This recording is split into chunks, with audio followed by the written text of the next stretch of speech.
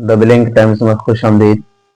जैसा कि आप सबों को मालूम है कि इस वक्त हिंदुस्तान में जंगल को काटने को लेकर के जिस तरीके से विवाद चल रहा है वो दिन ब दिन बढ़ते ही जा रहा है और उसे कंट्रोल नहीं किया जाएगा तो लगता ऐसा है कि ये ऐसा ना कि ये हिंसक रूप ले ले, इसलिए कि अगर इसमें सारे लोग इसमें पार्टिसिपेट कर रहे हैं, अलग अलग जगहों पे प्रदर्शन हो रहे हैं, अलग अलग जगह पे कंट्रोवर्सी हो रही है, सरकार के खिलाफ हो रही है और लोगों का ये कहना है और मानना है कि ये सरकार आई है तो सिर्फ और सिर्फ दूसरों के लिए हम लोगों की सांसों पे रोक लगा रही है, हम लोगों की जान को खतरे में डाल रही है, दूसरों के लिए सिर्फ और सिर्फ वो सारा कुछ काम कर रही है लेकिन अपने हिंदुस्तानियों के लिए कुछ नहीं सोच रही है, ऐसा लोगों का ये कहना है।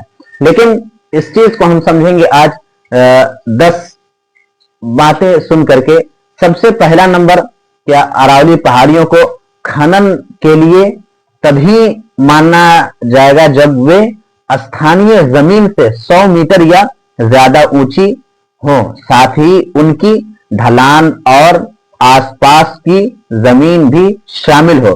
पहला। दूसरा, नवंबर 2025 में सुप्रीम कोर्ट ने पर्यावरण मंत्रालय की कमेटी की सिफारिश को एक समान परिभाषा के रूप में स्वीकार किया था। तीसरा, हरियाणा के रिटायर्ड वन संरक्षक आरपी बलवान ने याचिका दायर की जो कहते हैं कि इससे कम ऊंची पहाड़ियां सुरक्षा से बाहर हो जाएंगी।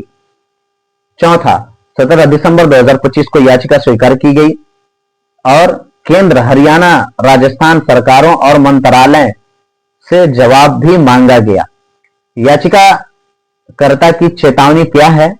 100 मीटर से कम पहाड़ियां अरावली का हिस्सा न मानने से बड़ा पर्यावरण नुकसान होगा, रेगिस्तान फैलेगा और पानी की समस्या बढ़ जाएगी।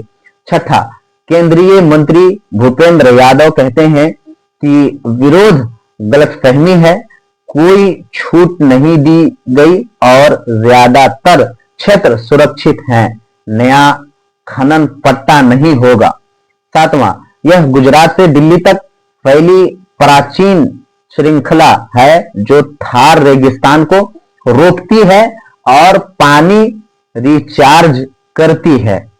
आठवां, यह 1996 के TN गोदावरमन केस से जुड़ा है जिसमें वन की व्यापक परिभाषा दी गई थी। नौवां, कोर्ट ने पहले कई इलाकों में खनन बैन किया है क्योंकि इससे बहुत ज्यादा नुकसान होता है जिसकी भरपाई नहीं हो सकती है।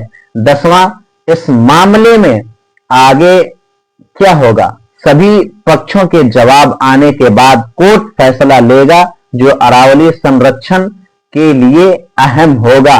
लेकिन आप देखिए कि अगर जे अरावली अगर जे काटा जाता है और अगर जे 100 मीटर से जितने भी पहाड़ कम हैं, अगर जे उन तमाम को अगर जे अरावली न मान करके अगर जे उसे काटा जाता है तो याद रखिए कि जो वहां पे जो बर्फ है और वो जो हमारी सुरक्षा करती है सांस को लेकर के, और वो हमारी सुरक्षा करती है तमाम तरह की चीजों को लेकर के, जैसे सांस हुआ, पानी हो गया, पर्यावरण हो गया, गर्मी हो गया, इन तमाम चीजों को लेकर के जिस तरीके से अरावली हमारी और आपकी सुरक्षा करती है, अगर जो उसे काट दिया जाएगा तो पोल्यूशन भी बढ़ जाएगा। उसे जब काटा जाएगा तो उस पे रेगिस्तान, और जब उसे काट करके दूसरे लोगों को जब उसे दे दिया जाएगा, उसे खनन माफियाओं को दे दिया जाएगा, तो याद रखिए ये इसलिए हमारे और आपके लिए बहुत ही नुकसान है,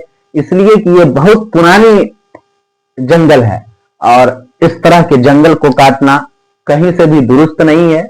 और सरकार से मेरी गुजारिश है कि सरकार इस पहाड़ को ना काटे, इसलिए कि सिर्फ इसमें इंसान ही नहीं बल्कि कई जानवर भी मारे जाएंगे। क्या क्या चीज होगा इसके लिए कुछ नहीं कहा जा सकता, इसलिए मेरी सरकार से गुजारिश है कि सरकार इस पहाड़ को ना काटें। आज इतना ही, देखते रहिए द बिलिंग्स टाइम्स को। मिलता हूं फिर किसी अगली खबर के साथ, तब तक के लिए शुक्रिया।